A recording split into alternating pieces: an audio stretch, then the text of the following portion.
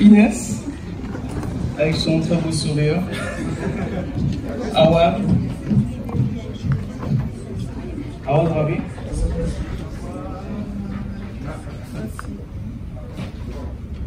Voilà. Agaël, s'il te plaît. Que tout le monde connaît.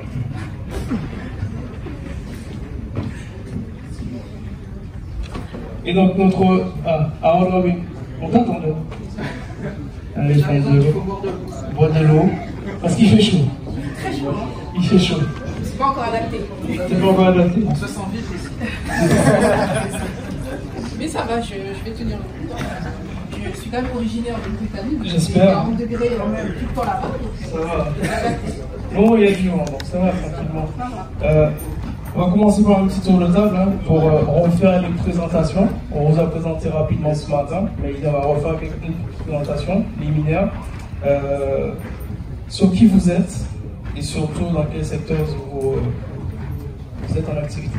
Théo, s'il te plaît. Bonjour, je m'appelle Théo Leblanc, je suis un créateur de contenu, entrepreneur sur l'intelligence artificielle et j'ai pour but de vulgariser son utilisation pour permettre à tous de pouvoir s'en servir et aller beaucoup plus vite grâce à l'IA.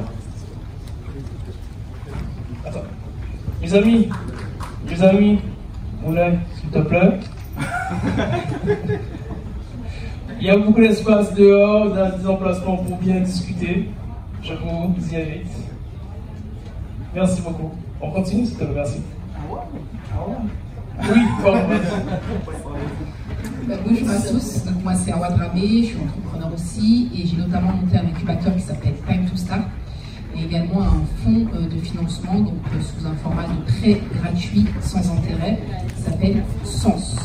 Voilà. Bonjour, moi je suis Anne-Gaëlle Lubino et je suis la fondatrice du Café Papier qui se trouve ici à Jarry, qui est un lieu de vie dans lequel vous pouvez travailler, boire un verre, manger et surtout rencontrer du monde. Voilà. Bonjour, je m'appelle Inès Bensalah, je suis entrepreneur dans le secteur de la mode et du luxe.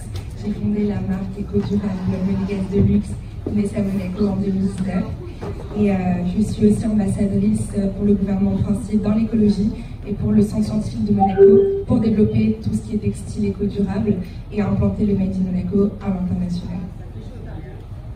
Yann Musquet, je suis guadeloupéen, hacker éthique et je travaille sur les enjeux de résilience, à la fois sur les catastrophes naturelles mais aussi cyber. J'essaie au maximum d'utiliser une nouvelle technologie sur des sujets de résilience mais aussi d'éducation et d'inspiration pour les jeunes.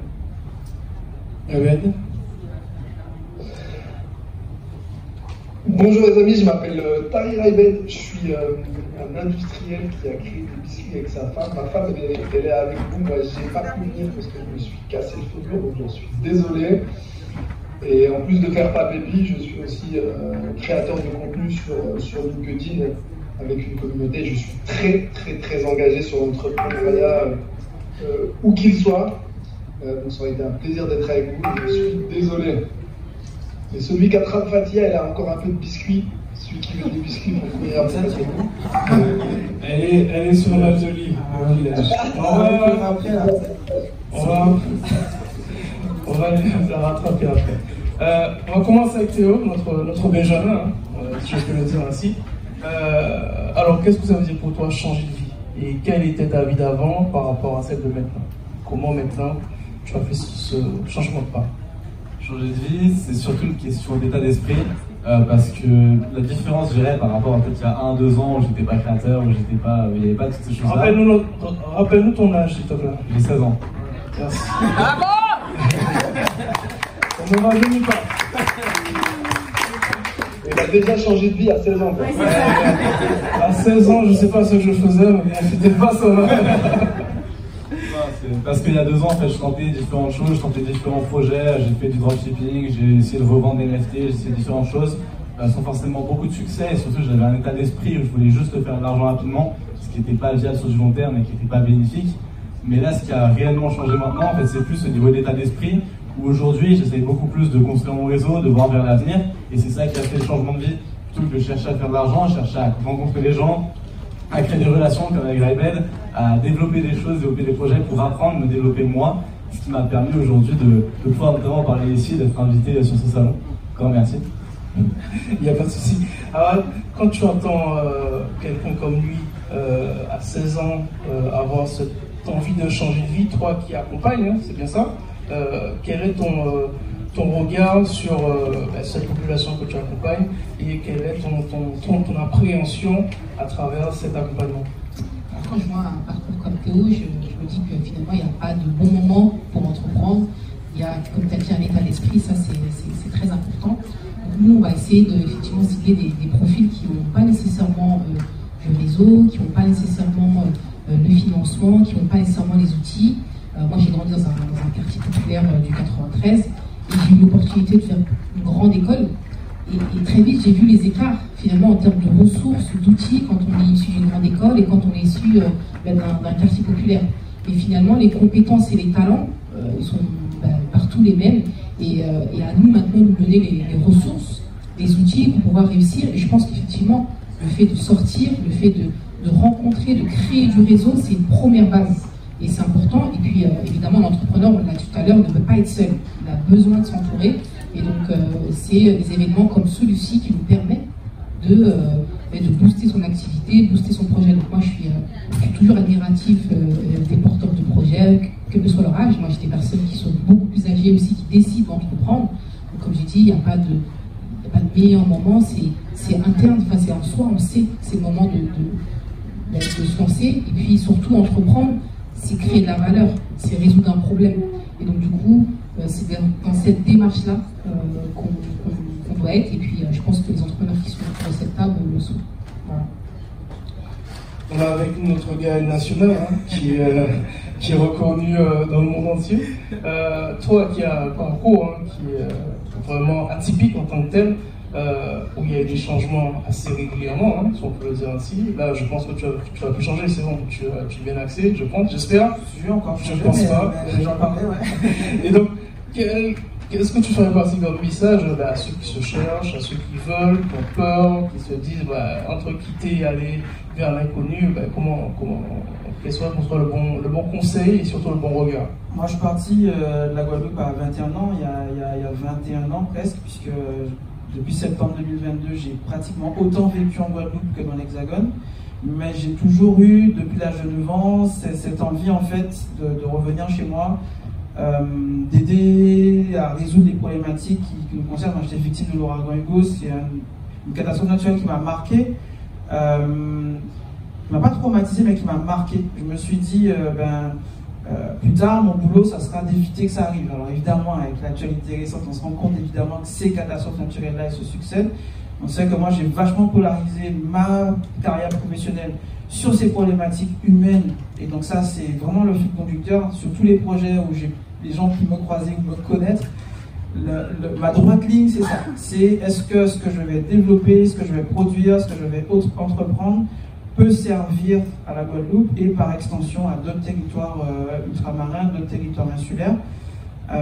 Et là, aujourd'hui, j'ai 42 ans, j'ai vieilli, j'ai pas la même énergie qu'à l'âge de Théo où je pensais que j'avais des cheveux blancs aussi. Des cheveux blancs, ça y a pas de souci, j'assume, c'est la sagesse que je dis souvent, mais j'ai un fils qui a l'âge de Théo et c'est important pour moi aujourd'hui que les ressources, le réseau, les projets dans lesquels je me suis investi puissent servir à cette génération qui arrive parce que moi, à leur âge, j'ai eu la chance d'avoir des adultes qui m'ont aidé, qui m'ont donné un cap. Je ne pensais pas devenir acaritique quand j'étais petit. Moi, je voulais être astrophysicien, mais il n'y a pas encore d'observatoire astronomique en Guadeloupe. Ça va venir très bientôt.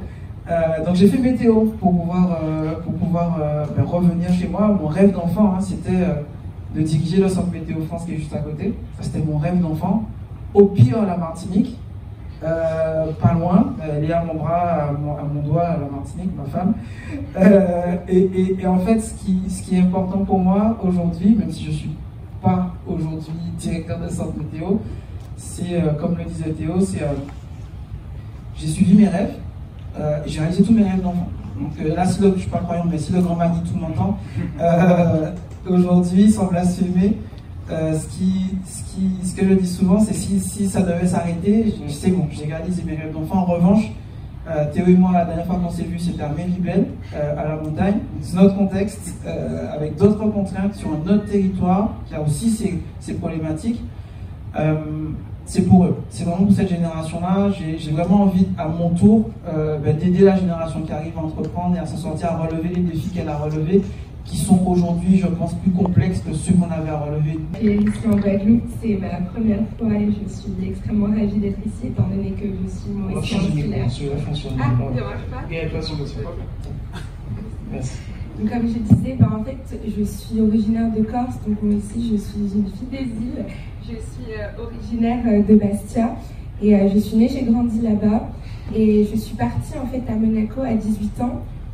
Sans connaître personne, je voulais aller dans une école internationale pour justement me faire du réseau, parler anglais et être dans un contexte qui me permette de mettre à profit mon idée de business qui était de créer une marque qui réponde aux besoins de la nouvelle génération et qui puisse aussi promouvoir les passions personnelles. Étant donné que j'avais entamé déjà un projet d'artisanat et j'exposais déjà au centre culturel de mes 13 ans à 16 ans à Fouriagne, donc en Corse. Et ce qui est fou, c'est que j'ai habité au lotissement Monte-Carlo. Et j'étais allée que 2 fois à Monaco avec mes parents. Donc le fait est que je voulais aller aux États-Unis de base, après mes études au lycée. Et j'ai vécu une période à partir de la 3e qui m'a fait du coup changer de bord car j'étais dans un collège public. J'étais assez différente, donc je me suis fait déscolariser après un harcèlement scolaire. Et en fait, je me suis retrouvée scolarisée au lycée, donc je n'ai pas décroché scolairement grâce au soutien et à l'amour de mes parents qui m'a permis d'aller dans ce lycée privé en Corse. Il n'y en avait qu'un dans le Nord. Et du coup, j'ai pu y aller découvrir l'IUM, l'International University de Monaco. Sans ça, en fait, sans cette histoire, j'aurais jamais pu aller à Monaco, là où j'ai été découverte. Où je suis arrivée à 18 ans toute seule sans connaître personne et où à 20 ans j'ai eu le Made in Monaco Award de la part du gouvernement princier. C'était un award international pour reconnaître l'artisanat local et le développer, le promouvoir étant donné que c'était un niche market et qu'ils avaient que le marché en fait était très petit, il y a très peu d'entreprises monégasques spécialisées dans la mode. Et je pense qu'il y a eu le moment de timing, il y a eu le moment de chance et il y a eu le moment où on parlait d'étoiles qui étaient un peu alignées, où tout ton destin prend sens, où toute la peine, toute l'histoire, toute l'énergie, tout l'amour, toute la différence te permet de te dire ok, changer de vie, c'est aussi croire en son destin, c'est entreprendre, c'est l'audace, c'est ne pas s'arrêter, c'est oser, c'est croire en ses rêves, en ses projets, c'est se dire oui, l'industrie de la mode est full. Oui, il m'est arrivé cette histoire, mais aujourd'hui, grâce à cette énergie, cette différence, cette force, j'ai pu construire à Monaco ma marque, donc qui est une marque monégasque. Monaco, c'est un pays qui est hors de la France, avec ses propres lois, son propre langage, et on est un prince, donc c'est vraiment différent. Et c'est très collé à la Corse, et ce qui est fou, c'est que l'insularité, la proximité entre Monaco et la Corse est extrêmement reliée. Aujourd'hui, j'ai la chance de pouvoir faire les partenariats de Monaco en Corse, notamment avec Green Horizon, où j'ai eu l'honneur de rencontrer notre Gaëlle international, à un festival d'éco-durabilité. Car j'ai eu l'honneur d'être nommée ambassadrice pour le gouvernement princier dans l'écologie il y a 1 an et 3 mois maintenant, donc c'est trop ouf. Et du coup j'arrive, j'étais en mode, oui, je suis une petite fille de Corse qui est arrivée il y a 4 ans et apparemment il faut genre 20 ans pour avoir la loi est extrêmement compliquée pour monter une boîte, il faut je sais pas combien de fonds, etc. Et vu que je ne savais pas tout ça en fait, j'ai juste débarqué, j'ai expliqué mon projet, j'ai pas lâché. Je me rappelle, il y avait le prince d'un événement, j'étais en mode oui bonjour monseigneur, alors je fais ça et franchement il faut que vous croyez en moi parce que je sais que si jamais vous croyez en moi, je suis sûre que j'ai remarqué ça et ça et ça et on pourrait faire ça et tel projet etc. Et par la suite j'ai contacté la direction de l'éducation nationale, j'ai rencontré la ministre, la direction de l'environnement et aujourd'hui pendant la semaine européenne de réduction des déchets, la semaine dernière j'étais à Dublin parce qu'on était finaliste de ce prix. Alors qu'il y avait personne qui voulait monter un projet tourné autour de l'éducation, de l'autre, de l'upcycling, de la transmission. Et c'est grâce à des entités qui justement étaient un peu qui ne voulaient pas bouger, que leur système et leur format leur correspondaient, et qui ont enfin cru en la nouvelle génération, qui ont voulu bouger et qui ont délégué, surtout de façon totalement normale. Moi j'avais fait de base je ne l'ai pas mentionné, mais je suis allée à Monaco pour faire l'IOM, l'International University of Monaco. Donc j'étais là-bas que pour 3 ans de base, mais je ne voulais pas partir sans laisser une trace ou faire quelque chose. Et au final, je suis devenue ambassadeur de l'université à la fin, et j'ai eu l'award de carrière en 2019 avant d'avoir mon diplôme. Donc ça fait 2 ans et demi en fait. Très bien que c'est de la passion et c'est vraiment une vocation. J'ai noté beaucoup de choses, le déclic, l'opportunité. J'ai noté le pitch et surtout enfoncer des portes. Hein. Je pense que ça te parle, Rebecca, tout ça. Oser. On te suit sur les réseaux, hein, sur LinkedIn. Hein, et oser pour toi, c'est ta deuxième nature. Et donc, est-ce que tout ce qu'Inès vient de dire, ça résonne chez toi? Bien sûr, ça résonne chez moi. Après, je ne rencontre pas des rois, hein, ou princes, mais ça reste des gens qui sont déterminants dans nos carrières en tant qu'entrepreneurs. On le sait très bien qu'on n'est pas tous égaux face à l'entrepreneuriat.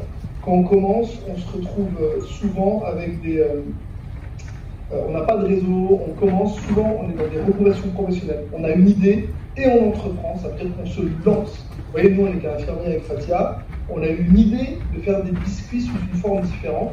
On a su qu'on attaquait un marché qui n'était pas encore attaqué et on a osé sortir de notre zone de confort. On avait un CDI, une maison, et on s'est dit, allez, on y va, on va se lancer en tant qu'entrepreneur.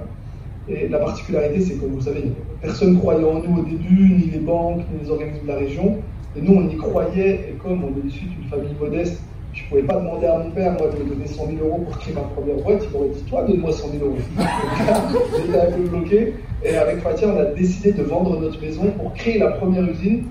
Et c'est ça aussi, d'avoir l'instinct entrepreneurial, c'est de se dire qu'il y a un moment, vous êtes obligé de montrer aux autres que vous croyez en votre projet et que votre idée, elle va finir sur un business rentable et qui va pouvoir créer de l'emploi, créer de la valeur. Et face à tout ça, face à tous ces constats dans l'entrepreneuriat, il y a un moment, quand vous commencez à essayer de vous développer, il y a un problème, c'est que si vous n'avez pas de réseau, ou si vous ne connaissez pas les bonnes personnes, ça va être difficile de dépasser un plafond de verre, comme tout le monde l'appelle. Et il y a un moment, c'est soit vous vous résignez, soit vous provoquez votre chance. Et c'est là ce que tu dis quand tu me parles d'entrepreneuriat et d'audace, c'est qu'il y a un moment avec Fatia, comme on avait mis toutes nos économies dans ce business, on n'avait pas le choix que d'aller vite. Et le problème que vous avez dans l'entrepreneuriat ou dans le fait de créer le business, c'est que le cash burn, ça veut dire l'argent que vous allez consommer, il vous donne une espèce de durée de vie. Et plus vous attendez, plus votre vie elle se consomme comme dans les jeux vidéo. Et bien, il y a un moment pour accélérer le business, il faut aller interpeller, comme l'a dit Inès, les bonnes personnes au bon moment, avec le bon discours, de bien se préparer. Et c'est ce qu'on a fait, nous. Quand on nous fermait la porte, on passait par la cheminée. C'est ce qui a fait qu'on a rencontré des grands noms en France qui nous ont accéléré dans notre business. J'entends qu'il faut montrer, donc il faut oser et surtout prendre une part de risque. Hein. Mon père il dit une phrase, si je me permets, il dit une phrase, c'est, moi il m'a toujours dit ça, mon père, il m'a dit arrête de parler, montre. On appelle ça la preuve par l'exemple. Donc il y a un moment, même si on ne croit pas en vous et que vous avez une idée, il va falloir la convertir, il va falloir essayer avec les moyens que vous avez pour montrer aux autres que l'idée que vous avez, c'est quelque chose qui potentiellement va créer un business rentable où il y a de potentiels clients. Ouais, imagine, nous on a lancé des biscuits, tout le monde fait des biscuits. Sauf qu'on a fait des biscuits qui ont une forme différente, avec un storytelling qui est le nôtre. Tu vois, on a voyagé autour de la planète, on a ramené des recettes du monde entier. Et en fait, on a fait une chose qui est très importante, et c'est le conseil que je vais vous donner dans votre reconversion aujourd'hui. Quand vous allez monter votre business, il faut savoir en parler. Parce que la première manière que vous allez pouvoir avoir de diffuser ce que vous faites, c'est d'en parler et de convaincre les autres que votre idée elle est bonne. Et il y a un livre que je vais vous conseiller, c'est le premier qu'on m'a conseillé le jour où je me suis déguisé en Chronopost et que je suis allé dans le bureau d'un investisseur qui s'appelle Anthony Bourbon, que je suis allé le voir et que j'ai fait exprès de lui livrer un faux colis. Et après lui avoir présenté ma boîte, il m'a fait lui dire que je faisais une levée de fonds, il m'a donné 300 000 € en 15 minutes. Ce jour-là, il m'a dit maintenant si tu veux aller plus loin et pour pouvoir parler mieux encore de ta boîte, lis le livre de Simon Sinek qui qui est commencer par le why, commencer par le pourquoi. Il faut que vous sachiez expliquer aux autres pourquoi vous allez lancer votre boîte, quelles sont vos valeurs et où est-ce que vous voulez aller, et quel est votre produit. On appelle ça aussi la deuxième chose, vous pouvez aller sur Google, c'est accessible, de monter votre plateforme de marque. Quelle est votre marque? Qu'est-ce que c'est? Qu'est-ce que vous allez proposer? De le détailler. Vous voyez, moi je dis jamais que je vends un biscuit. Je vends un biscuit, dont les recettes viennent du monde, voilà de quoi ils sont composés. C'est avec Fatia, on a fait ces recettes, on a créé une usine. Vous voyez, il y a toute l'histoire que vous avez racontée. Et le dernier conseil, sachez aujourd'hui que les gens n'achètent pas seulement un produit, ne consomment pas seulement un service, ils vont s'identifier aux personnes qui portent cette entreprise. C'est ce qu'on appelle le personal branding. C'est ce que vous entendez parler depuis des semaines et des mois. Pourquoi LinkedIn est en train d'exploser? C'est parce qu'aujourd'hui, les gens ont besoin de s'identifier aux personnes qui portent l'entreprise. Donc, vous allez devoir vraiment fortement vous mettre sur LinkedIn, promouvoir ce qui vous êtes, et ça va nourrir votre entreprise. Voilà, c'était un peu mes 2-3 tips que j'allais vous donner avant de vous laisser tranquille. Tu ne laisses pas tranquille, t'inquiète pas. Alors, juste une petite précision, vraiment un format interactif, donc n'hésitez pas avec les questions, ils sont disponibles pour vous et surtout à vos réponses. Donc, est-ce que déjà là, il y a des premières interrogations au niveau de notre assistance ou pas du tout? Bon, ah, je pensais qu'on était timide. Vas-y. Non, en fait, moi j'ai une question. Attends. C'est bon? Vous m'entendez? Ok. Moi c'est le CHB, le fils de commerce. Vous pouvez me checker sur Instagram. Alors, j'ai une question pour Théo, parce que je mets en avant les jeunes qui font des choses, qui veulent entreprendre et qui veulent réussir demain, surtout en Guadeloupe avec tout ce chômage. Donc pour Théo, quel a été en fait le déclic pour te dire que c'était il y a 2 ans, donc à 14 ans, que tu vas commencer à faire en fait le business que tu fais, voilà. En fait, j'ai commencé à tester des choses un peu plus tôt. J'ai commencé à 14 ans, j'ai vraiment commencé à lancer sur LinkedIn. 14-15 ans, j'ai commencé à lancer sur LinkedIn. J'ai commencé à vraiment changer d'état d'esprit. Mais j'ai commencé à tester des choses, à vouloir entreprendre, à vouloir voilà, gagner de l'argent par moi-même à partir de 12-13 ans. Et ça a été notamment la lecture d'un livre qui a beaucoup joué, Economics, qui retrace une bande dessinée, qui retrace toute l'histoire de l'économie, qui permet de mieux comprendre le monde dans lequel on vit et qui permet voilà, de voir réellement comment fonctionnent les choses et donc de se rendre compte que si on ne se bouge pas, si on ne va pas créer de la valeur, si on ne va pas apporter des choses aux gens, ça va être compliqué de prendre une place importante et de pouvoir réaliser ses rêves. Deuxième question, est-ce que tu as eu des barrières? Est-ce que tu as eu des barrières? Dis-moi, je sais pas, pour pouvoir faire ce que tu as fait, est-ce que tu as eu des difficultés ou genre? L'âge déjà, la première, c'est aujourd'hui c'est assez compliqué en France notamment d'entreprendre quand on est jeune, quand on est mineur et encore plus quand on a moins de 16 ans. C'était la première barrière. Aussi en termes de crédibilité, aujourd'hui c'est compliqué, notamment des personnes parfois qui, je vois où je suis invité, les gens se disent, ils sont pas forcément sûrs de ma valeur parce que tiens il a 16 ans, parce que c'est pas que du bullshit sur les réseaux sociaux, etc. Parce que quand on est plus jeune, forcément on a moins de crédibilité, les gens ont moins tendance à accorder de la valeur à ce qu'on va dire. Donc c'est là où il faut vraiment prouver par l'exemple, comme l'a dit Raibel, en montrant les choses, etc. Une autre barrière, forcément, quand on est plus jeune, on n'a pas l'appui, on n'a pas le chomage qui peut aider pendant les premières années à lancer ses projets. Mais après, on trouve toujours des solutions. C'est justement dans ces barrières, ces problèmes, qu'on va trouver des solutions différentes qui nous permettent de se différencier, de créer un bon storytelling et de pouvoir agir sur le long terme, et de construire ces différences et ces avantages compétitifs sur le long terme. Ok. Merci. Tu vois, c'est une pose une dernière question qui est l'intelligence artificielle. Je sais pas, désolé, c'est vrai.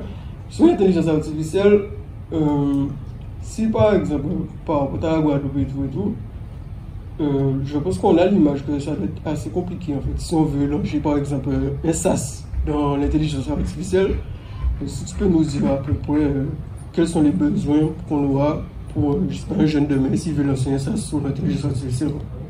Pour exemple, ça c'est un logiciel qui va en travaillant en automatique vu que c'est un logiciel, comme si vous lancez un logiciel. La question c'est quoi les barrières, c'est quoi les besoins qu'il pourrait y avoir? Ouais. Alors, des besoins en fait il y en a plein. L'avantage, il faut comprendre que tu mets les primordiaux qui va pour aller au plus simple, un petit peu plus court. pour justement identifier des besoins dans de nouvelles choses comme ça, il faut déjà comprendre que l'IA, c'est pas un nouveau domaine, c'est pas comme le Web3 par exemple qui vient apporter des nouvelles choses, des nouveaux problèmes, des nouvelles solutions, etc. L'IA, c'est un levier dans l'ensemble des domaines. Donc, ça veut dire que ça ouvre des opportunités dans tous les domaines qui existent déjà. Parce que l'IA, c'est un peu comme la révolution industrielle au 19e siècle, où finalement on pouvait aller beaucoup plus vite grâce, finalement, ChatGPT, c'est la machine à vapeur moderne, et ça va permettre de faire beaucoup plus de choses. Donc pour trouver des besoins, il faut se demander, dans chaque domaine, qu'est-ce qui est maintenant possible grâce à l'IA qu'on ne pouvait pas faire avant. Qu'est-ce qui est maintenant, parce que ça coûtait moins cher, par exemple la personnalisation, grâce à l'IA on pourra faire de la personnalisation pour beaucoup moins cher parce qu'on peut l'automatiser. Alors qu'avant c'était des choses qui n'étaient pas possibles, qui coûtaient cher. Donc il y a peut-être un nouveau business à faire là-dessus pour personnaliser. Et c'est pareil dans un peu tous les domaines. On pourrait se dire le sport ça n'a rien à voir avec l'IA. Bah non, grâce à l'IA par exemple on peut faire des analyses très poussées sur la santé, faire des programmes personnalisés, alors qu'avant pareil c'était pas viable, ça coûtait trop cher.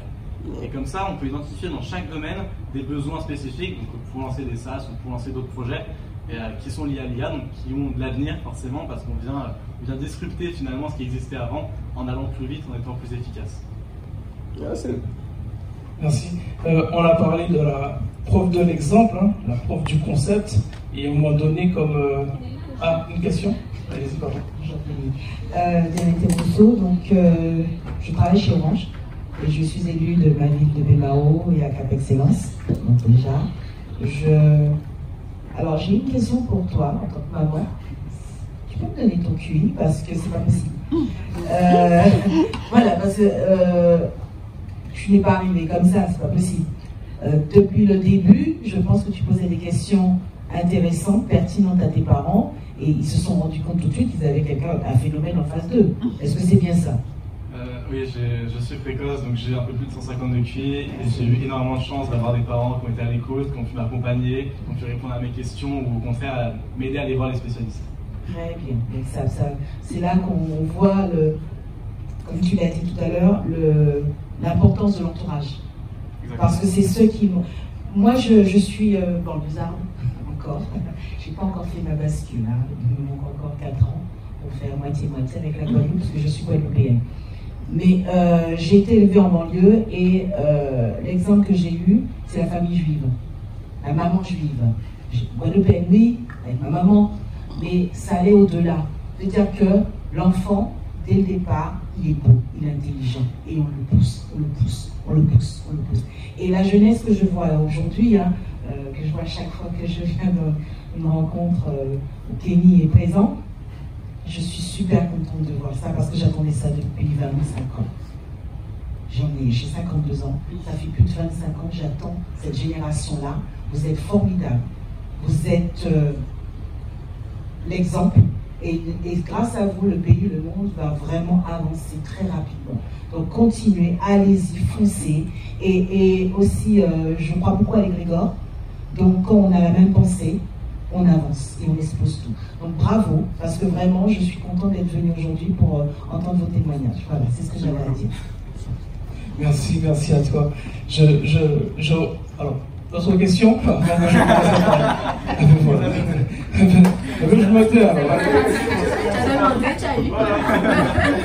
Vous pouvez répondre? Non, c'est eux. Moi, je suis là juste pour amener. Alors, merci à toutes, hein, merci à tous. Ça me plaît. Et je peux vous assurer que chez nous, des choses extraordinaires se font, mais on n'en parle pas. Et depuis quelque temps, je fréquente une nouvelle jeunesse. Je suis une enseignante retraitée et maintenant chef d'entreprise. Je fréquente maintenant une nouvelle jeunesse. Et là où je sens la force du pays. Il y a une force dans ce pays-là. Et nous n'avons pas à lutter. N'est-ce pas, café papier? Oui, alors ma question c'est pour Awa. Awa chez nous c'est non. Awa, c'est pas d'accord. Ça veut dire non. Awa, ça veut dire non. Mais je connais des Awa et qui sont excellentes parce que ce sont des amis. Alors, je me tais là. Alors, Awa, je voudrais te demander, est-ce que tu peux nous donner quelques expériences de personnes que tu as rencontrées et comment tu as impacté leur vie ou changé leur vie? S'il te plaît. C'est une belle question. Alors déjà, juste pour préciser sur mon prénom, c'est Hawa. C'est quand même différent. On s'appelle Hawa. On l'a créolisé. On l'a créolisé, donc pour nous c'est Hawa. Pas de souci, c'est Hawa, ça fait partout comme ça. Donc oui, de partage d'expérience, alors j'en ai beaucoup. Si je devais en choisir quelques-unes, alors moi j'organise des événements, souvent dans les quartiers. Comme j'ai dit, moi j'ai grandi dans un quartier populaire, il n'y a pas grand-chose. Et ce qui m'a gêné beaucoup, c'est effectivement ce manque de création de valeur. Moi je pense que le changement passe par la création de valeur. C'est-à-dire on crée sur un point très local, sur nos quartiers, notre vie, notre territoire, des choses. Donc je pars vraiment sur ce principe-là avec tout ce que je fais, c'est je veux créer de la valeur. Et donc un jour, j'ai décidé de créer un événement qui s'appelle Post Holiday. C'est tout simple, donc je mets une scène dehors, en bas d'un quartier, et en fait je dis aux gens qui ont des idées de venir les poser sur scène. Et je fais venir des personnalités qui ont déjà entrepris pour qu'ils puissent les challenger un petit peu. Ça va être ça qu'au cours de pitch, il ne faut pas faire peur. Voilà, exactement. Post Holiday, de manière très simple. Et juste la particularité, c'est que c'est dehors, tout simplement. Et à cet événement, j'ai une femme qui est venue me voir, qui me dit, moi j'ai envie d'entreprendre, mais bon, j'ose pas trop, et puis je viens juste pour regarder. Et en fait, elle est venue au concours, elle s'est assise toute la demi-journée, elle a regardé, et à la fin, elle m'a envoyé un mail pour me dire, ça m'a donné envie d'entreprendre. Et du coup, je veux intégrer votre incubateur. Et donc, on l'a accompagnée pour un projet de décoration d'intérieur, mais à impact. C'est-à-dire qu'elle va dans les HLM, et elle redécore pour les personnes âgées et pour les personnes issues des quartiers populaires leur maison. Et surtout, elle leur permet d'agir. Donc, elle leur donne le pouvoir d'agir par la décoration. Donc, elle utilise la décoration pour les pousser à agir. Et donc, elle vend ses programmes, on va dire, à des bailleurs. Et au début, c'est vrai que elle était assez poussif, elle était assez timide. Et nous, notre rôle à travers Time to Start, c'est pousser à agir. Comme j'ai souvent, entreprendre, c'est agir avant tout. C'est pas derrière un ordinateur, c'est vraiment essayer de démontrer qu'on crée des choses. Et cette personne, du coup, elle a fait à peu près 1 an avec nous, 1 an et demi. Et en fait, elle a commencé à faire avec ce qu'elle a, avec les moyens qu'elle avait. Donc, elle a commencé à accompagner 2-3 habitants. Et elle a parlé de ce qu'elle faisait sur justement LinkedIn. Et du coup, elle a montré qu'elle avait réussi à réaliser des ateliers et elle a commencé à vendre plein de programmes à des bailleurs, partout en France. Donc, elle a été contactée vraiment. Et en fait, elle m'a dit que sa vie a basculé parce qu'elle était au chômage. Du moment où elle est venue à l'événement Post Holiday, elle était mère célibataire. Donc, c'était assez compliqué d'un point de vue financier, d'un point de vue. Il a coupé la caméra. Et donc, elle m'a dit, en fait, l'entrepreneuriat, ça a été un basculement. Parce qu'en 1 an, non seulement elle a monté une entreprise, elle a recruté, donc elle a créé aussi de l'emploi, elle a créé son emploi, elle a créé d'autres emplois, mais elle est aussi devenue extrêmement inspirante. Puisqu'elle est passée sur TF1, donc dans l'émission d'Ariel Tonnemar, sur France 2, sur M6, sur Le Parisien, sur Les Échos, et sur d'autres chaînes, sur BFM Business, parce qu'elle était sur finalement un changement et son parcours est inspirant. Donc c'est un exemple de réussite qui moi me parle beaucoup parce que c'est pas une entreprise du style Startup Nation ou une application, c'est vraiment basé sur sa personne et sa capacité à donner, mais c'est une vraie entrepreneur, vraiment une entrepreneur avec un grand E puisqu'elle a créé de la valeur. Donc c'est un bel exemple que j'aime bien partager. Et après, on a d'autres, effectivement, qui ont réussi à lever des fonds, qui ont réussi à grandir. Elle n'a jamais levé de fonds, mais aujourd'hui, avec son entreprise, elle arrive à se payer un salaire, elle a recruté deux employés, elle a une 50aine de partenaires sur sa structure. Donc, c'est une vraie fierté parce que c'est vraiment le why, on parle du why, le pourquoi je le fais. Et c'est vraiment ce type de personnes qui me pousse au quotidien. Voilà. Merci à toi. D'autres questions?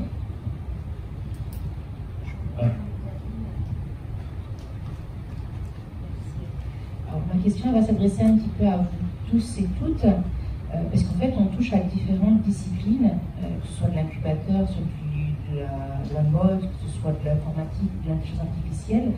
Est-ce qu'à un moment donné, dans toutes ces disciplines confondues, vous avez déjà pensé à vous rapprocher et à fédérer en fait vos différentes activités pour créer une globalité, un mouvement, une révolution de la société? C'est une excellente question. C'est vraiment une excellente question. Et effectivement, moi, je ne crois plus maintenant, depuis quelques années maintenant, à l'unité, c'est-à-dire au fait que le changement peut venir d'une seule personne d'un seul acteur. Pour moi, le changement il ne peut être que collectif, et le changement durable ne peut être que collectif. Et d'ailleurs, entreprendre, c'est un acte collectif, donc on ne réussit pas seul. Et donc, dans cette démarche-là, nous, par exemple, ce qu'on essaye de faire, c'est créer ce qu'on appelle des consortiums, des fédérations d'acteurs. Donc, on l'a fait, moi je l'ai fait avec d'autres acteurs de l'accompagnement. Donc, ce que j'ai décidé depuis quelques années, c'est de ne plus organiser un événement seul. Donc, je ne fais plus juste avec Time to Start et les équipes de Time to Start. À chaque fois que j'ai envie de faire un événement, ben, je vais demander à un autre acteur si ça lui parle, si la problématique à laquelle je souhaite répondre, ça correspond. J'ai monté un fonds de financement, donc sur un format de prêt gratuit. En fait, c'est un fonds qui est ouvert. Ça veut dire quoi? C'est pas juste Time to Start, c'est tous les acteurs de l'accompagnement qui peuvent proposer à leur incubé ce fonds. Donc, je pense que c'est pour moi l'avenir de travailler en groupe. Et on le voit même sur des événements qu'on organise, bah, c'est les partenaires qui soutiennent, c'est des personnes, des intervenants qui viennent d'un peu partout. Donc pour moi, c'est une évidence aujourd'hui de travailler en collectif, surtout quand on voit les enjeux sociétaux. Juste la petite parenthèse, hein, ce que tu viens de dire, c'est le boost-up. Parce que le boost-up expérience, c'est que ça. C'est de la communauté, c'est de la solidarité, c'est de la confiance. Et c'est du point à point. Parce que c'est soit des amis qui ont présenté des relations, c'est Gaël qui a mis en relation avec un tel. C'est comme ça que ça s'est fait. Hein. Il n'y a pas eu un bon cahier des charges établi. Hein. On est parti à 3 et chacun a mobilisé son réseau. C'est le réseau de chacun qu'on a croisé. Et après, c'est s'il te plaît, est-ce que tu peux? Ok, je fais, je crois en vous, je vous aide. Hein. C'est comme ça. C'est exactement comme ça que s'est construit le salon. Et même avec les différents partenaires, hein, que ce soit la préfecture, l'école et tout, c'est des contacts personnels qu'on a avec eux, on discute tout le temps. Et quand l'idée est arrivée, automatiquement, la confiance est là, la solidarité est là. On n'a pas la notion d'unité, mais de convergence et de réseau. Et c'est une dévocation de ça aussi. Ce que j'allais ajouter, qui va complètement dans le sens de ce que vous dites, puisque la question est adressée à vous tous, c'est que, et j'imagine que c'est pareil pour toi, quand on met en œuvre des choses forcément qui nous ressemblent, on met en œuvre en tant que chef d'entreprise notre personnalité à travers ce qu'on fait. Forcément, il y a aussi ce côté, ce que moi j'appelle tâche d'huile en fait, où au final, en faisant ce qu'on fait, on attire des personnes à qui ça parle, qui elles-mêmes, avec leurs propres compétences, leurs propres talents, proposent des choses. Ça peut être des événements, comme tu l'as dit, ça peut être un partage d'expérience, ça peut être effectivement cette partie réseau, puisque voilà, je me rends compte, et on s'en est tous rendu compte quand tu parles des événements que tu organises et j'ai compris hier soir à la soirée d'inauguration comment Gaël avait pu favoriser la mise en contact avec des personnes qui sont là. Forcément, il y a ce côté un peu force d'entraînement les uns avec les autres et les choses se font naturellement. Parce que quand tu as posé la question, je me suis dit, mais se mettre ensemble, faire des syndicats, j'ai pas tout à fait compris. Mais en réalité, les choses se font tout à fait naturellement.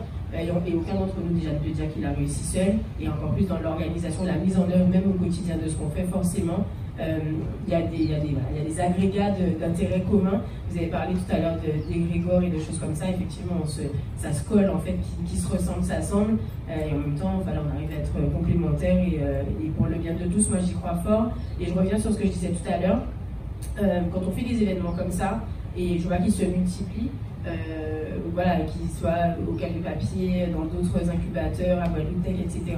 Ces événements-là se multiplient et je trouve qu'ils sont un beau facteur de solidarité. Là où on appelle beaucoup de nos voeux depuis très longtemps, etc. Le fait de se retrouver dans 1, 2, 3 événements, d'entendre quelqu'un qui a parlé de X, Y expérience, de lui poser des questions, les gens sont toujours très ouverts à répondre et forcément ce côté, cette croissance collective, cette intelligence collective, ce volume de connaissances en fait et de capacités, je trouve qu'on se multiplie les uns les autres et je trouve que ça se fait assez naturellement. Je vais juste vous interrompre puisque ce que vous venez de dire avec Kenny, je vais peut-être appuyer un peu plus sur le sens de ma question. Je parle plutôt de disruption sociétale, parce qu'effectivement il y a des événements, il y en a plein. Néanmoins la société elle ne se détruit pas pour se reconstruire encore. On reste toujours dans un schéma et une convention sociétale qui nous pousse toujours à répéter ou à censurer des personnes dans leur propre développement. Effectivement, on a des exemples avec des jeunes comme vous sur ce panel. qui démontre qu'il n'y a pas d'âge pour entreprendre, il n'y a pas d'âge pour réaliser une entreprise et gagner de l'argent. Néanmoins, la société, la convention de la société ne donne pas une faveur à ce développement. Encore une fois, on est dans un monde politico-économique qui n'encourage pas, je suis désolée de le dire comme ça, la réalisation des individus comme nous. Mais il y a des multiples événements, mais est-ce que profondément, quand on est réunis solidairement dans des événements comme celui-ci, où se trouve l'impact de ce que nous faisons ici demain? Alors, là-dessus, je réagis intérieurement très fort parce que c'est un sujet dont je parle souvent. La société, pour moi, je trouve que c'est la meilleure façon de dire personne. En fait. La société, ça reste un agrégat d'individus. La société, c'est nous, on est 5, 10, 15, 20, 2 millions, 10 millions, 9 milliards, ou je ne sais plus combien, 8. La société, c'est ça. Si on est aussi nombreux, et là je ne sais pas combien de personnes ont pris leur place à ce salon, on est un tout petit panel de ce qui se fait en Guadeloupe et ailleurs ici, la société, ça reste nous qui la faisons au quotidien et dans nos actes au quotidien. Donc quand on parle de cette solidarité, du fait qu'on est tous, qu'on s'attire les uns les autres en fonction de nos centres de convergence, de nos domaines d'action respectifs, il est certain que c'est pas l'unanimité, on est d'accord. C'est pas l'unanimité, il y a des personnes qui ne sont pas d'accord, qui sont contre, enfin peu importe. En tous les cas, quand chacun entraîne dans son sillage les personnes qui sont autour, pour moi c'est ça en fait la société qui change. Un petit bout après un petit bout, une étape après une étape. Théo parlait de l'IA qui est un peu comme la machine à vapeur d'aujourd'hui. C'est clair qu'on se rend compte que ça soulève beaucoup de questions, beaucoup de craintes, etc. Mais pour moi la société c'est ça. Et si on est... il y a beaucoup de gens qui disent l'entrepreneuriat, c'est une mode. C'est pas un hasard. Si l'entrepreneuriat c'est une mode, et moi je ne suis pas du tout de celles qui vont vous dire que c'est la planche de salut pour réussir dans la vie, c'est bien parce qu'il y a des initiatives qui se multiplient, il y a des associations, etc. Par là où je suis d'accord, c'est qu'il y a peut-être pas assez de visibilité sur tout ça, mais ça existe, et pour moi c'est ça la société, c'est ce qui se passe voilà, par terre, au quotidien, sur... je vais retirer ça, le plancher des vaches. Voilà, dans la vraie vie, quoi. Donc, voilà. Je suis entièrement d'accord, mais je trouve aussi que malheureusement, quand on parle d'impact, quand on parle de lien entre différentes professions, etc., il y a souvent que des paroles, malheureusement, c'est rare qu'on passe à l'action, qu'il y ait des projets réellement qui soient créés en reliant différentes disciplines, en reliant l'astrophysique et le hacking et la mode et ce genre de choses. Personnellement, j'essaie d'agir là-dessus et j'essaie de transmettre cette vision à travers les créations que je peux faire, à travers le contenu que je peux créer, mais également à travers un projet que je lance bientôt, qui s'appelle Fria, où le but c'est de rendre l'IA accessible à tous. Le but à travers ce projet, c'est pas que d'éduquer, enfin c'est d'éduquer d'abord, mais c'est pour permettre à chacun de se lancer, de pouvoir se servir de cette machine à vapeur moderne, pour pouvoir mixer finalement l'IA, mixer le sport, mixer la mode, mixer l'entrepreneuriat, mixer ces choses-là ensemble, mixer ces domaines, pour permettre à chacun d'avoir réellement un impact en mixant ensemble ces domaines qui ne sont pas que finalement, ces domaines ne sont pas hétérogènes, mais doivent se relier entre eux pour former cette société dans laquelle on évolue. Moi, je les aime beaucoup avec ce que vous dites, parce que pour moi, je le vois d'un point de vue aspect naturel et humain. Depuis la nuit des temps, la société s'est formée, entre guillemets, sur l'entrepreneuriat, sur l'autodéveloppement, sur répondre à des problèmes par des solutions, générer de l'argent, générer des emplois, générer du profit. Mais avant tout, c'est des humains qui génèrent ces pensées. Et c'est ces pensées qui permettent à d'autres gens d'avoir d'autres idées, d'avoir des actions, de fédérer, de resserrer les liens ou bien de les desserrer, et ainsi de pouvoir créer des communautés qui interagissent de façon un peu intrinsèque ensemble. Donc je pense que c'est vraiment cet échange de communication, ces voix qui sont portées lors de réunions, de conférences, de rassemblements, lors de discussions de famille, lors de rencontres, tout ce qui en fait touche le cœur des gens de façon personnelle, intrapersonnelle, professionnelle ou bien d'histoire de vie qui a forgé leur caractère, permettra d'avoir des réactions forcément prédestinées ou auto-contrôlées par rapport aux actions qui peuvent être générées, fédérées et rassemblées. Tout autour, en suivant l'histoire, le développement et la rapidité de changement qui puisse être fait en créant des liens et en mettant surtout l'humain au centre, peu importe les domaines. Aujourd'hui, avec tout ce qui est réseaux sociaux, évidemment c'est accéléré, mais on peut rencontrer différents types d'entrepreneurs. C'est pas réservé qu'aux gens qui font du contenu sur tout ce qui est plus aspect superficiel, mais il y a des domaines éducatifs, de transmission.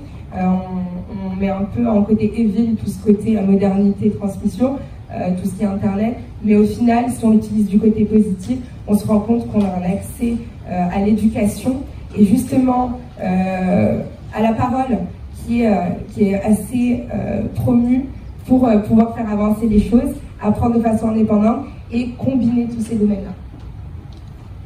Juste sur l'impact, je vais vous donner un exemple concret. J'ai été contacté par une ONG qui s'appelle Espèce Méditerranée. Justement, sur cette notion de société, je ne sais pas si vous vous souvenez, 2015, on avait des migrants qui mouraient en Méditerranée, ils meurent encore en Méditerranée. Et on peut se demander c'est quoi le lien entre les migrations, les crises humanitaires et le business. Il a fallu, nous, société civile, qu'on se réunisse en association, en ONG, pour se dire, les États ne font pas le job, nous, on va le faire, nous, citoyens. Et on a affrété un bateau en Allemagne, l'Aquarius, et l'ONG me dit, on n'a pas beaucoup d'argent, mais on a besoin de connecter ce bateau à Internet. Je ne savais pas connecter un bateau à Internet, je n'avais jamais fait ça. Et c'est des militaires qui m'ont appris à le faire. Et du coup, j'ai connecté ce bateau. Il est parti de Marseille en 2016. Le capitaine, qui était ukrainien, m'a mis presque dehors au dernier moment parce qu'il fallait que j'arme ce bateau, que je le connecte, que je puisse savoir ce qui se passe dedans en permanence et que les équipages puissent avoir accès à Internet. Ce bateau est parti, on a fait nos premiers sauvetages et sur les premiers sauvetages, j'ai 14 mois. Et j'ai 350 personnes à bord du bateau et je regarde les photos des photographes qui remontent du coup par Internet, que j'avais installé sur le bateau. Et je reconnais des gens qui ressemblent à ma maman, à mes enfants, aux gens qui sont ici. Et je me dis, qu'est-ce qu'on aurait retenu des 400 ans d'esclavage si nous, à notre tour, grâce au numérique, grâce aux capitaux, grâce à l'argent, c'est un bateau qui nous coûtait 11 000 € par jour. L'argent, il faut le trouver, il faut mettre du gasoil il faut payer l'équipage, il faut nourrir les gens. Il faut payer techniquement un certain nombre de ressources, donc là, c'est pas compliqué, hein. C'est recettes, dépenses, profits, bénéfices et investir. Il fallait de l'essence pour le Zodiac, pour aller au-devant de ces embarcations de fortune, pour aider ces personnes qui me ressemblaient, qui ressemblaient aux gens que j'ai connus enfants, pour les aider. Au total, l'Aquarius, c'est plus de 30 000 personnes sauvées. Et moi, quand je me suis engagé sur cette cause-là, il y avait à la fois la colère de se dire, c'est aux États de le faire, ils ne le font pas, mais nous, on prend notre responsabilité. Il y avait en même temps l'histoire de mon territoire, la Guadeloupe, et de se dire, voilà, nous, on décide, de par notre histoire qui est douloureuse, ne pas uniquement s'affamer dans la partie mémorielle, mais aussi d'être capable de se projeter dans le futur et de se dire non, ça ne doit pas se reproduire. Et aussi, pour moi, quelque part, de se dire, ok, comment on va innover, créer une nouvelle manière en génie humanitaire. Parce que ce qui va nous arriver sur le volcan un jour, à Soufia qui va se réveiller un jour, j'espère pas tout de suite, c'est l'actualité. J'en parle. C'est qu'il va bien falloir évacuer les communes sur la montagne Pelée, ça peut être le cas, mais sur la Soufrière. Sauf qu'aujourd'hui, on est beaucoup plus nombreux qu'en 1976, quand on a évacué les fonds de la Soufrière. Donc il va bien falloir avoir des bateaux et des moyens d'évacuer les personnes qui vivent à Basse-Terre, qui vivent à Vieux-Fort, qui vivent à Trois-Rivières, à Capesterre. C'est concret, ça. Et des personnes âgées, ma grand-mère, elle a 103 ans, elle a eu 103 ans le mois dernier, mais elle m'a toujours dit enfant, petit à maman. Il était si beau à la Soufrière. Ma mamie, elle m'a toujours dit ça. C'est quelque chose qui est ancré. Et aujourd'hui, je vis en Normandie, je vis dans l'Hexagone, je reviens le plus souvent possible chez moi. Mais ce que je veux vous dire à travers cette histoire-là, et puis qui se rapproche un peu des histoires, c'est que toutes les crises que mon peuple a traversées, qu'elles soient historiques, qu'elles soient présentes sur l'histoire de l'eau, quand Acted et l'UNICEF m'appellent pour aller à la frontière syrienne pour distribuer de l'eau potable, c'est le problème de la Guadeloupe, ça. Depuis que je suis gamin, on veut mon coup, mon bloba, mon coup pour la crise de l'eau. Le comité de l'eau, j'avais 16 ans. J'ai 42 ans aujourd'hui. 26 ans de crise, on n'a pas résolu ce problème-là. Et je me vois aller dans ce camp de réfugiés. Pourquoi? Parce que les chauffeurs de camions citernes d'eau se faisaient kidnapper. C'était la première crise, le premier vecteur de crise sur un bateau de sauvetage ou sur un camp de réfugiés, c'est l'eau. Couper courant. Vous pouvez pas passer vous là et manger, vous pouvez couper le téléphone, vous pouvez pas bailler de l'eau, bordel. Et là, en fait, pour moi, c'était aller dans ce camp-là, aider les gens à gérer la qualité de l'eau, parce que c'était des Syriens qui avaient connu l'odeur des guerres, en fait, de la guerre, des bombes chimiques, donc ils avaient très peur du chlore. Il ne fallait pas que l'eau soit trop chlorée, il ne fallait pas que l'eau soit marron, il ne fallait pas que cette eau soit, évidemment, il fallait qu'elle soit disponible en quantité suffisante. Et ce qui avait créé la tension, c'était la cocaïne. Parce que la cocaïne, ils sont mis avec une c'est vrai qu'on gagne qui va nous faire la cocaïne, mais la cocaïne, c'est universel. C'est universel. Il faut traduire. Oui, donc pas que la cocaïne, mais c'est universel. Et en fait, le camp s'est structuré comme ça. Il faut imaginer 80 000 personnes en plein désert à la frontière syrienne qui ont besoin de 5 litres d'eau minimum par jour et par personne. Donc ça veut dire que tous les jours, avec les 3 captages qu'on avait, il fallait qu'on distribue 400 000 litres d'eau. Ça, c'est un problème concret. Et c'est le problème de la Guadeloupe aujourd'hui. Et on est un pays riche et on n'arrive pas à régler le problème. Et on a même des problèmes d'assainissement. Et donc, pour moi, le changement que tu appelles, il a besoin de capitaux. Il a besoin d'intelligence, il a besoin de solidarité, il a besoin d'histoire, parce qu'il faut qu'on se souvienne d'où on vient, pour ne pas reproduire ces mécanismes et ces schémas qui ont avili, qui ont appauvri les femmes que j'ai rencontrées. Je terminerai là-dessus, dans ces camps de réfugiés. Si je suis là aujourd'hui, c'est grâce, je l'ai dit ensemble, mais je le redis, c'est grâce à beaucoup de femmes. Les femmes que j'ai rencontrées à Zaatari, dans ce camp de réfugiés, beaucoup avaient été violées. Beaucoup. Sur le bateau de sauvetage Aquarius, pratiquement toutes les personnes qu'on a récupérées s'étaient fait violer. Crime de guerre. Ça ne laisse pas de traces physiques, mais ça laisse des traces mentales. Et moi, j'avais peur pour ces femmes. Je me dis, mais comment... Moi et madame, on m'a été subi ça, ma femme aurait subi ça, on devient fou. Et ça rend fou. Et ces femmes, elles me disent, Gaël, ça va, hein. On est en sécurité, on a de l'eau, tu es là, tu nous aides. Nos enfants sont en sécurité, ils font du taekwondo grâce au soutien de l'Australie, de la Corée, des États-Unis. Ils sont en sécurité, ça va aller.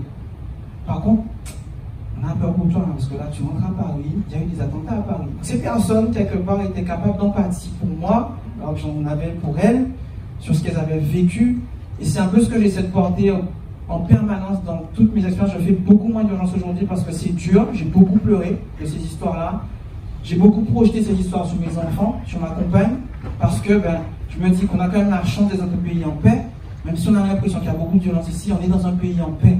Et ça, tant qu'on ne se rend pas compte de ce que c'est que la guerre, de vivre ça dans nos chairs, on ne se rend pas forcément compte de la chance que l'on a. Il faut qu'on soit capable de s'appuyer sur cette paix que l'on a aujourd'hui pour entreprendre, pour se projeter. Parce que c'est ce qui fera aussi derrière qu'on trouvera des solutions, que la génération de Théo, qui est la génération de mes enfants, ne reproduise pas les erreurs de ma génération, de la génération de mes parents, de la génération de ma grand-mère et de nos aïeux qui ont connu des difficultés. Autre question?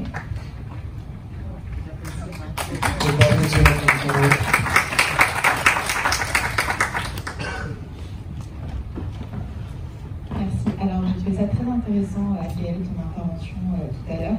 Et je voulais savoir, par rapport à la Guadeloupe, quelle est ta façon au Café Papier de promouvoir l'entrepreneuriat? Qu'est-ce que tu mets en place Merci pour le compliment sur l'intérêt de ce que je dis. Alors, au café, déjà, quand j'ai créé le café, quand j'ai eu cette idée, parce que tout est parti de là, tout à l'heure, Raibed l'a dit, quand j'ai eu cette idée-là, je ne suis pas partie en me disant je vais devenir chef d'entreprise. J'ai eu une idée qu'il fallait faire vivre, et pour la faire vivre, il fallait créer une structure, trouver un local, etc. C'est vraiment elle qui, une fois plantée dans ma tête, elle a grandi vraiment comme un champignon, il n'y avait plus de place pour autre chose. Raibed aussi a parlé tout à l'heure de la notion de choix. Je trouve ça très intéressant qu'ils le mettent en avant, parce que souvent, le petit truc qui fait peur, où on se dit 1, 2, 3, j'y vais. Moi, je me demande souvent qu'est-ce qui fait que les gens, à 3, ils freinent juste pas sur place, et au final, il y a cette partie où on ne se laisse pas le choix. Moi, l'idée que j'ai eue, elle m'a pas vraiment laissé le choix, parce qu'elle était à tout le moins envahissante, et donc j'aime pas les choses qui traînent, donc j'ai souhaité la mettre en œuvre. Et une fois que j'ai mis les pieds dedans, pourquoi je fais ce petit retour en arrière, c'est parce qu'une fois que j'ai été dedans, j'apprends chaque jour ce que ça veut dire que d'être chef d'entreprise, et je suis vraiment très honorée d'être là aujourd'hui. Parce que je me rends compte, et parce que je le fais moi-même, que quand on regarde les choses aujourd'hui, on a la sensation qu'on est capable de faire ce qu'on appelle la post-rationalisation. On explique des choses qui ont été faites parfois à l'instinct, moi beaucoup. Quand je suis au milieu de vous, que je vous entends avec la dimension de ce que vous faites, avec les choses que vous mobilisez, les entreprises auxquelles vous vous adressez, ne serait-ce que le vocabulaire dont on parle, tout ça, moi je l'apprends sur le tas.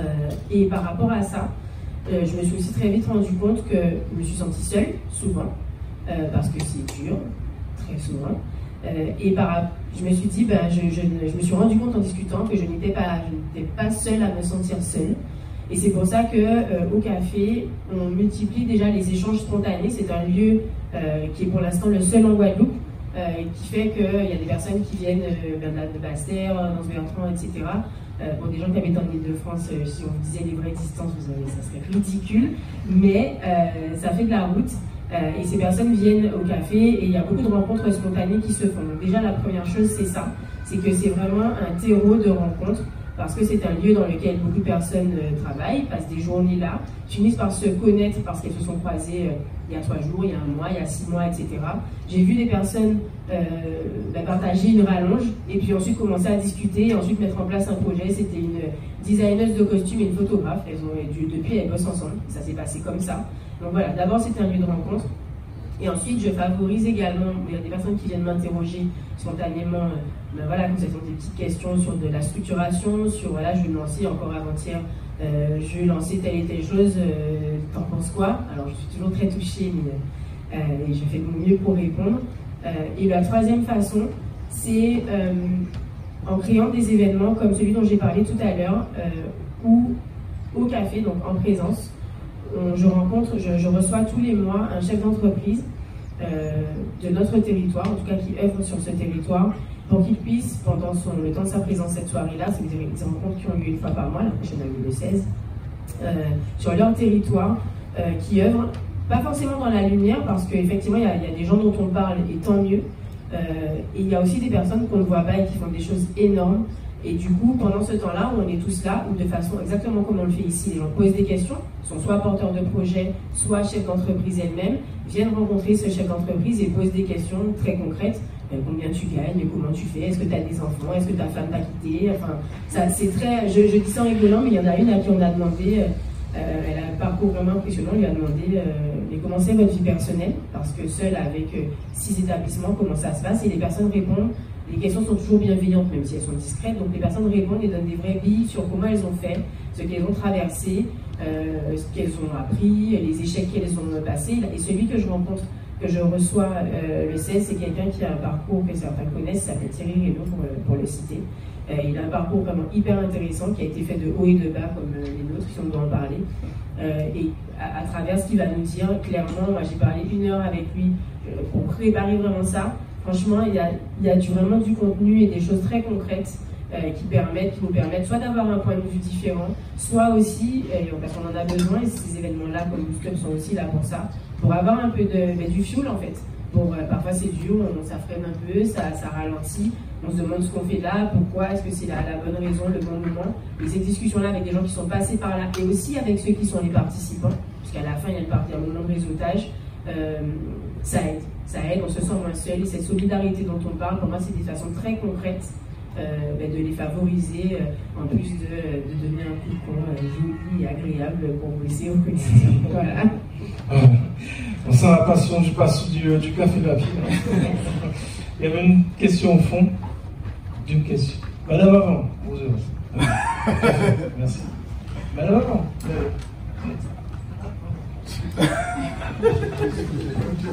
Oui. Bonjour, mon intervention se place un petit peu au milieu de toutes les interventions qui ont déjà eu lieu. J'ai été assez... Rapproche le micro, s'il te plaît. Là, vous m'entendez mieux? J'ai été assez touchée par la question de la dame du premier rang sur effectivement l'impact, mais aussi sur les réponses que vous avez apportées, parce que j'entends quand même dans sa question la notion de... on est quand même dans un système qui est établi, qui est général, avec lequel il faut faire ou ne pas faire. Par exemple, aujourd'hui, ceci n'est pas une attaque, c'est un constat.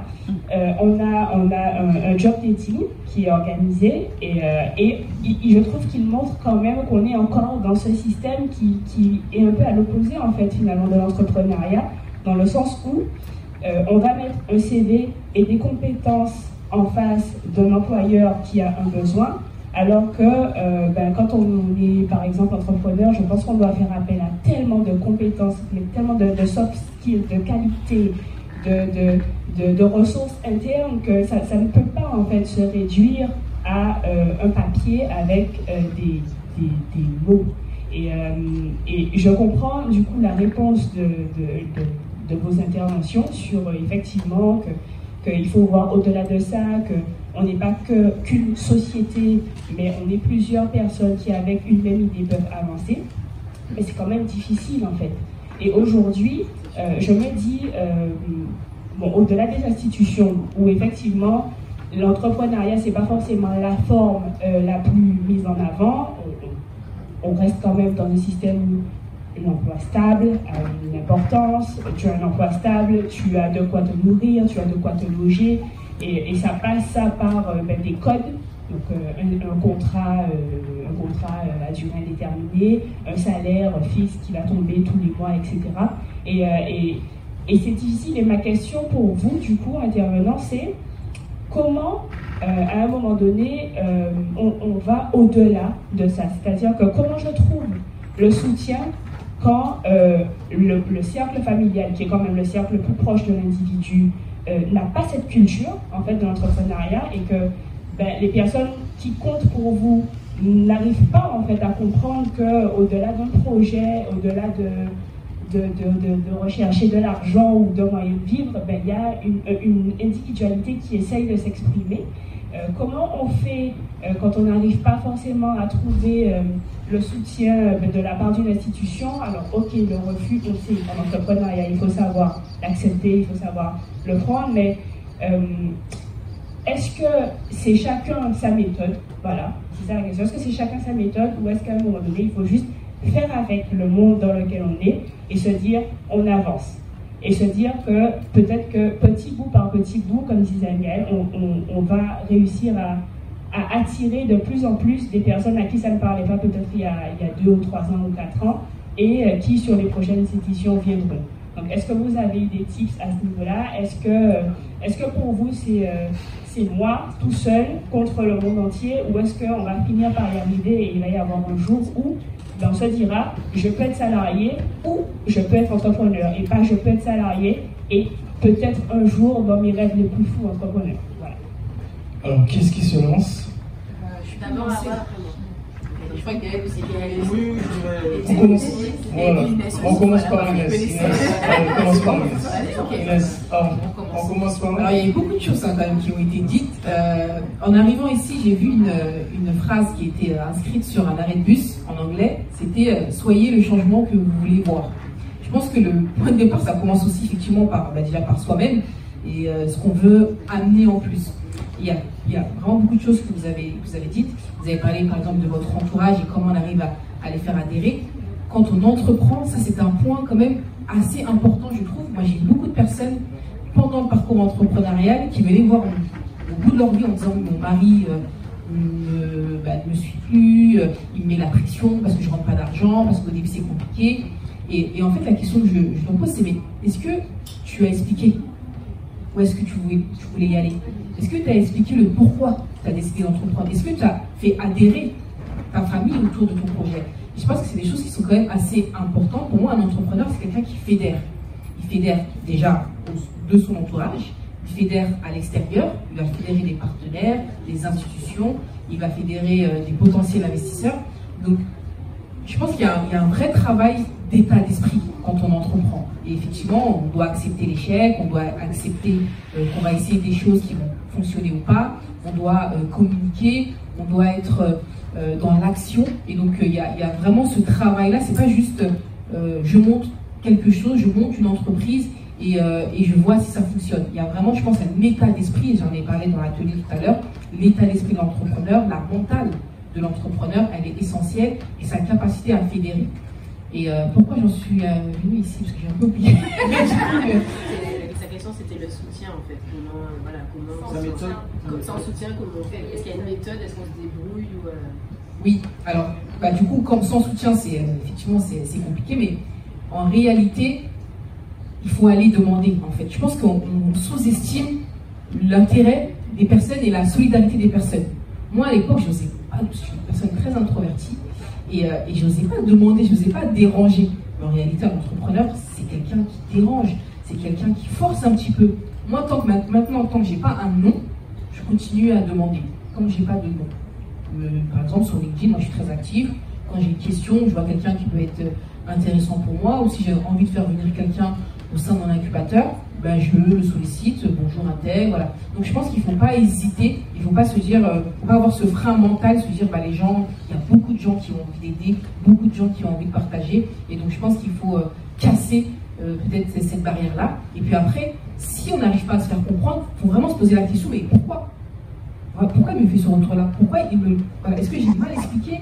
Est-ce que c'était clair? Donc voilà, tout à l'heure il parlait de la capacité à présenter, à amener les gens autour de son projet. Je pense que c'est important. Et donc, je pense qu'il y a ce travail à faire sur soi, ce costume d'entrepreneur, cet état d'esprit, cette mentale à adopter avant. Et après, oser, en fait. Oser ne pas avoir peur du refus. Voilà, je ne sais pas si j'ai répondu un petit peu.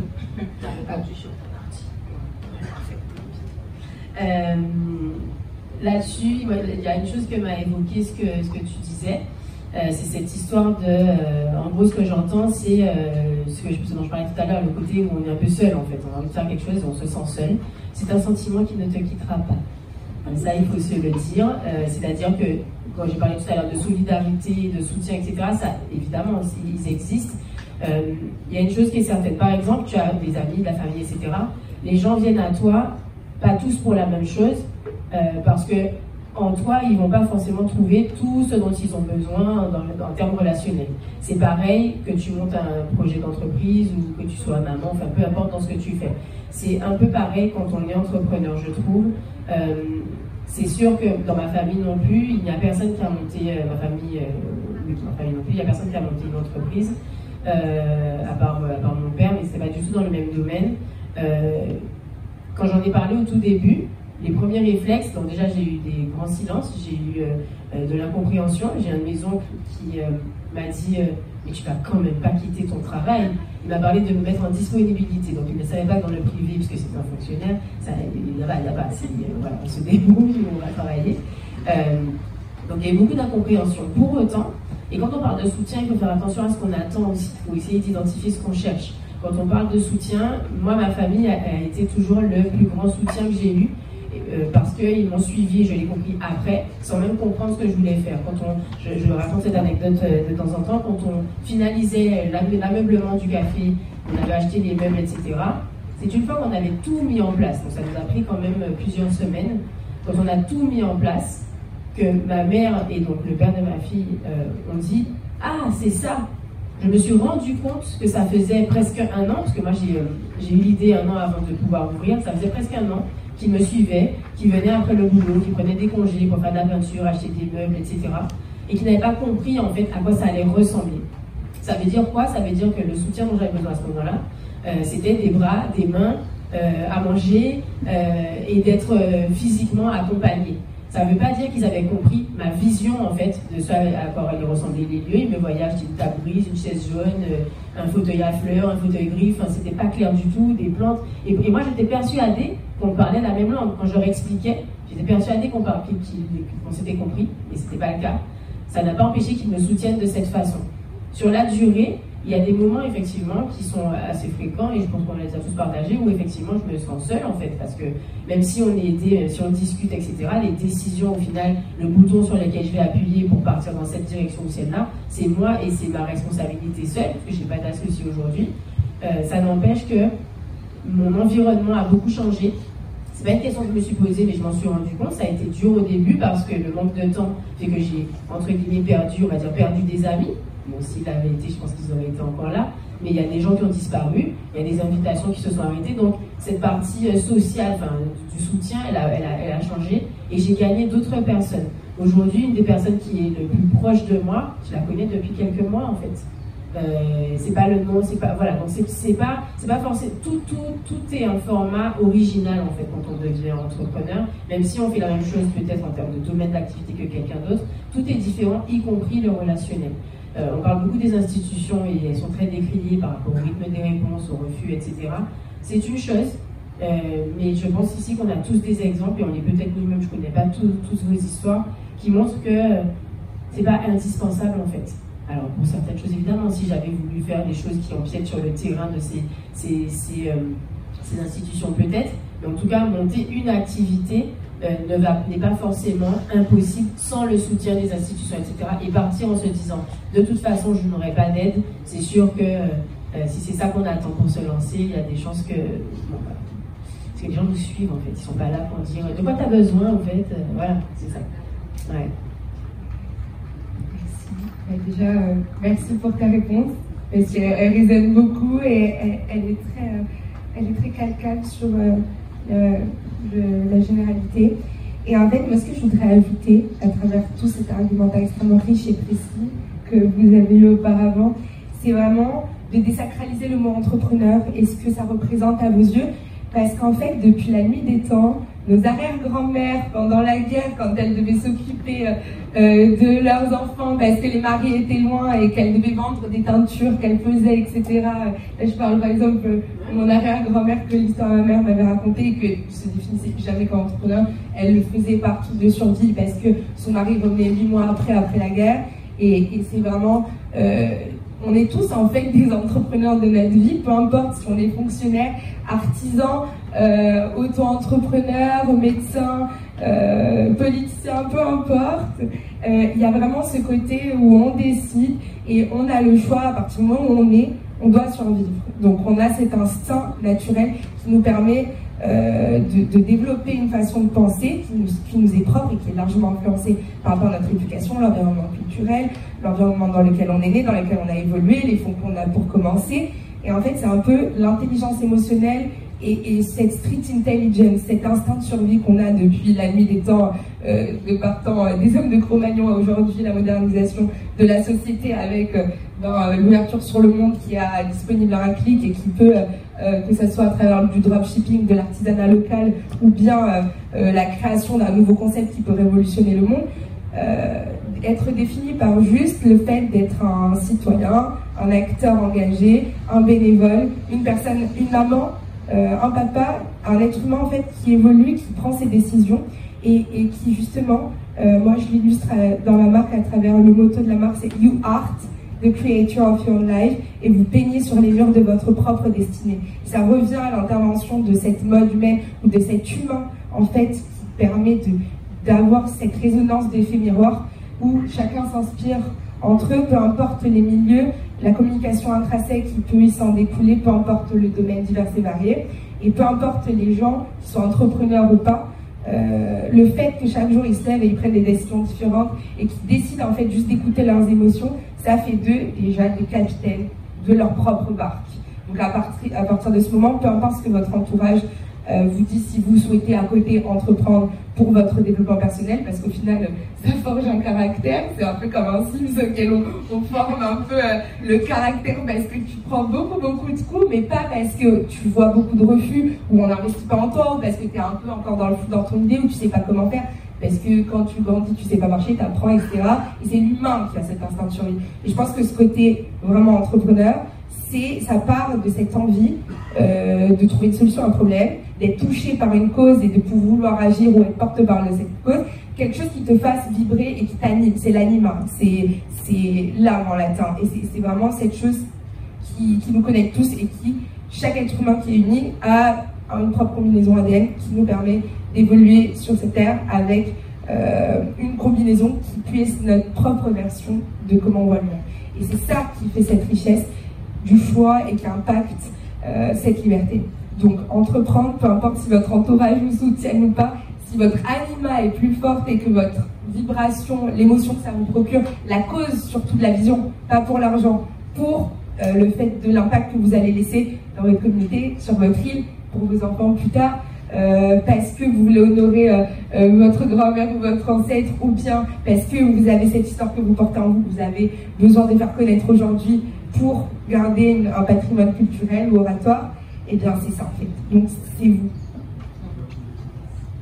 Je commençais mon propos en parlant d'une femme que j'ai rencontrée il n'y a pas longtemps, que je connais depuis des années, qui était au sommet Théo, Virginie de la Lande, je te souviens. C'est la première avocate de France, sourde et muette profond.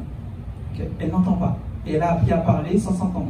Et elle anime une émission de télévision dans laquelle j'étais invité. Et en fait, quand j'ai commencé l'émission, je me suis dit, waouh, elle ne m'entend pas, elle lit sur mes lèvres, elle me pose des questions, elle parle avec l'organisateur, le producteur, elle a ses codes en fait, pour pouvoir entreprendre. Et en fait, ce qui nous lie réellement, Virginie et moi, par exemple, c'est on pourrait penser qu'on parle d'un handicap, ou qu'on a un défaut, quelque chose qui fait qu'on ne pourrait pas entreprendre, qu'on ne pourrait pas faire, qu'on surmonte cette difficulté-là. Moi, j'ai eu beaucoup d'émotions à faire cette émission avec elle, parce que je me dis, elle a quand même ses moyens, et aujourd'hui des outils technologiques qui lui permettent aussi de travailler, d'avoir cette activité professionnelle, de faire l'animation, que nos grands-mères n'avaient pas. Donc nos grands-mères n'auraient pas pu faire ce qu'elle fait aujourd'hui. Mais elle, sa génération et la génération de nos enfants pourront. Derrière chaque entrepreneur, derrière chaque acteur, il y a quelque chose de singulier. Et le lieu où je suis, c'est particulier pour moi. Mon père a travaillé ici 40 ans de sa vie. Il n'a connu qu'une entreprise, il a été salarié toute sa vie au Crédit Agricole. Et c'est pas du tout mon profil. Il est pasteur, je suis plus croyant. Il a eu un emploi, je suis à ma 10e boîte, dans laquelle j'étais salarié, j'étais 6 ans fonctionnaire. Je me suis mis en disponibilité. Elle s'est arrêtée l'année dernière. Mes collègues m'ont dit, mais tu vas devenir, mais comment tu vas faire? Mes collègues fonctionnaires m'ont dit, mais comment tu vas faire? J'ai dit, comme les millions de Français qui travaillent dans le privé, frère, je vais m'en sortir, parce que le salariat dans le secteur privé, il y a des millions de gens qui en vivent. Et je suis parti de cette agence du ministère de l'écologie à Aix-en-Provence après une vague de suicides. Il y a eu 2 suicides sur site. Et la médecine du travail pensait que je serais le 3e. Alors, je n'étais pas dans un état psychologique tel que je me serais suicidé, mais j'avais une tachycardie sinusale à 31 ans, 2 enfants et un crédit immobilier de 30 ans. Et je lâche la fonction publique avec tout ça pour devenir hacker éthique sur une campagne présidentielle. J'ai tout lâché. Et j'ai quitté Aix-en-Provence pour aller en Normandie où il pleut. J'ai quitté le soleil avec un appartement. J'aurais pu avoir une carrière linéaire avec une grille indiciaire qui est indexée comme il faut, payer mon petit crédit tous les mois. Et j'ai quitté la fonction publique parce que je n'arrivais plus à innover. Je passais plus de temps à justifier ce que je faisais qu'à faire les choses. Ça n'avait plus de sens. J'avais plus de sens, et c'est ce qui nous lie tous là. On peut le dire de plein de manières. Erika, la personne du premier rang qui a posé la question tout à l'heure s'appelle Erika Velio, et je peux vous dire que même elle se pose des questions. Et elle voit dans une entreprise, une grande entreprise, mais même elle se pose des questions. Et c'est important pour moi, elle est réunionnaise, elle travaille dans le spatial, et en fait, pour moi, c'était important qu'elle soit là, qu'Inès aussi soit là. C'est des femmes que j'ai rencontrées sur différents événements. Ce qui nous lie, c'est la quête de sens.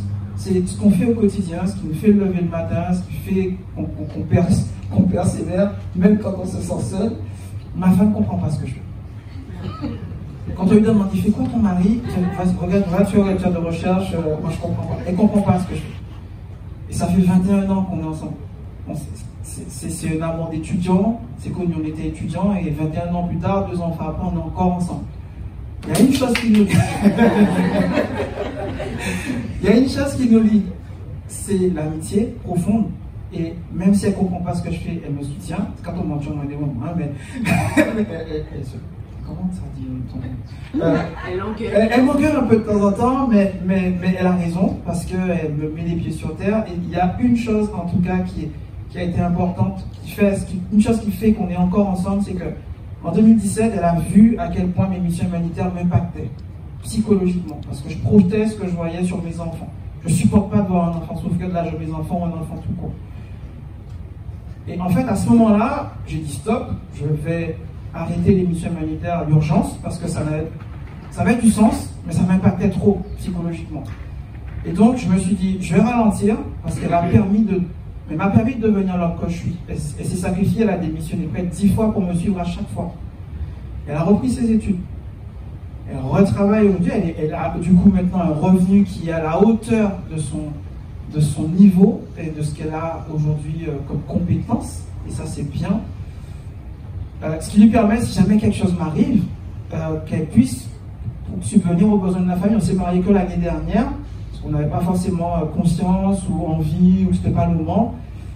Mais en fait, ce que je dis par là, c'est que le soutien familial n'a pas forcément venir d'encouragement, mais aussi d'un contexte qu'en famille, on va réussir à créer, qui fera qu'on pourra être fidèle à ce que l'on veut, ce que l'on ressent, même si nos parents, comme tu sais, ne comprennent pas ce qu'on fait, ma mère est capable de dire ce que je fais, ma grand-mère encore moins, mais elles savent qu'aujourd'hui, ce que je fais, ça me rend heureux, et que dans le regard des enfants qui me voient aujourd'hui, que ce soit les miens ou des quartiers ou desquels j'interviens, là j'ai 35 terminales, j'ai vraiment terminé là-dessus, j'ai 35 terminales qui ont passé un concours d'éloquence à la Cour d'appel de Paris aujourd'hui, qui ont mis en accusation, qui ont fait un procès à un astrophysicien sur le Big Bang. C'est un concours d'éloquence avec des enfants de Livry-Gargan, des terminales, qui ont, dans toute leur diversité religieuse, on fait ce concours d'éloquence avec une grande avocate du barreau de Paris. Moi, j'ai travaillé avec ces enfants sur ce que c'est que le Big Bang, l'astrophysique, etc. Parce que c'est l'un des domaines dans lesquels j'interviens aussi. C'est ce qui donne du sens aussi à mes journées. Et ces enfants, ces jeunes-là, ils ont fait ce concours d'éloquence-là. Et ils m'ont dit merci. J'étais pas là, je suis avec vous aujourd'hui, mais c'est quelque chose qui, quand je me suis engagé auprès de les accompagner sur ce projet-là, qui ne me rapporte pas d'argent. D'accord ? J'ai fait ça sur mon temps libre.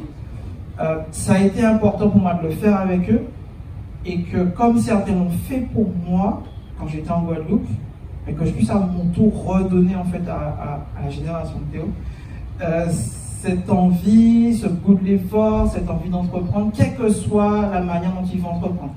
Et pourquoi je vous parle de ces enfants, c'est que j'ai arrêté de leur mettre la pression en leur demandant ce qu'ils voudraient faire plus tard, mais plutôt en leur demandant ce qu'ils ne voudraient pas faire.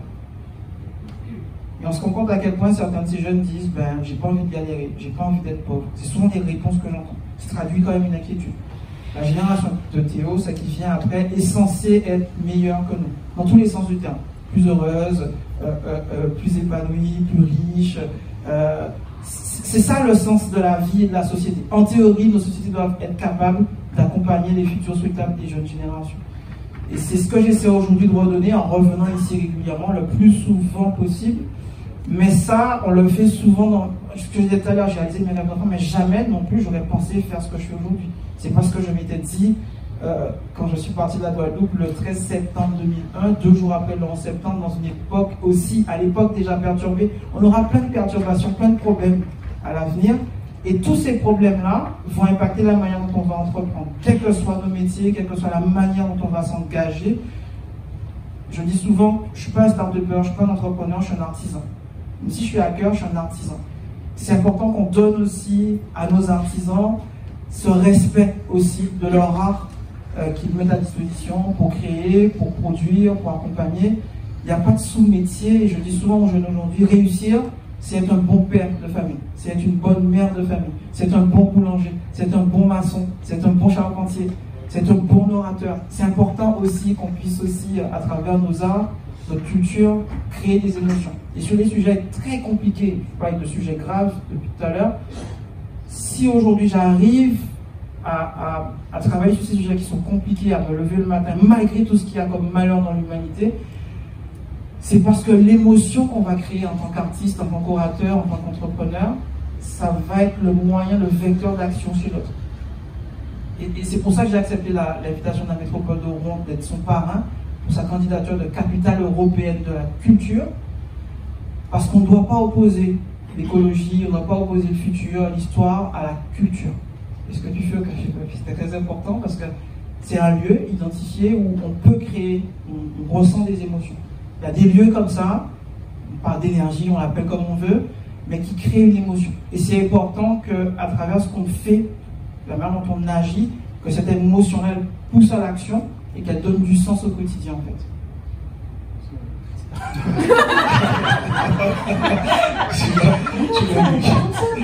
On va passer à la dernière question parce que le temps passe vite. Aujourd'hui,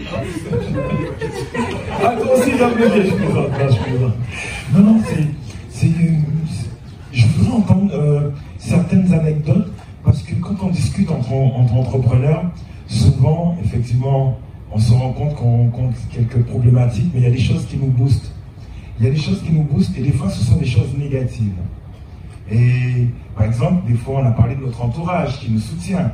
Ça, c'est le bon côté des choses. Mais on peut avoir aussi, dans cet entourage, et je ne parle pas de familial, hein, pas de famille, mais dans l'entourage, plus ou moins proche, des gens, c'est tout le contraire. Ils veulent vous freiner, ou ne croient pas du tout en votre projet et en parlent mal. C'est-à-dire, ils ne vous laissent même pas, genre, bon, j'y crois pas, mais je te laisse faire, quoi.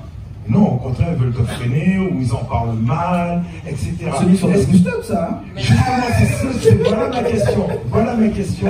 Est-ce que, parce que c'est des choses qui me viennent, est-ce que ça vous sert de booster, justement? Est-ce que, au lieu de s'enfoncer, au contraire, ça permet de se relever et de dire, ah, lui, il m'a motivé encore plus? Je vais être bref. C'est une histoire de Kenny serait pas là à l'animation, Églantine serait pas là, Vanessa serait pas là sans ce boost-là, en fait. C'est que ça s'est fait aussi dans la douleur, cet événement-là. Pour l'avoir suivi, ça n'a pas été évident. Et je vous dis juste, la Guadeloupe, pratiquement, c'est la seule collectivité qui m'a jamais invité. Non. Et j'ai eu un patron à la région Île-de-France qui m'a dit, tu sais Gaël, je vais te recruter, mais comme je connais l'histoire des peuples d'outre-mer, c'est un historien, je vais te garantir d'être la Suisse. C'est-à-dire que comme tu seras flagué, alors ça m'a valu d'autres choses comme problème, mais comme tu seras flagué, tu seras identifié comme région Île-de-France, tu peux intervenir dans tous les territoires d'outre-mer. Mais moi, j'étais loin de m'imaginer que ma collectivité ne m'inviterait jamais, me financerait jamais. Or, aujourd'hui, si j'ai cette reconnaissance au national et à l'international, c'est bien parce que j'ai commencé par ma Guadeloupe, j'ai commencé par la Désirade.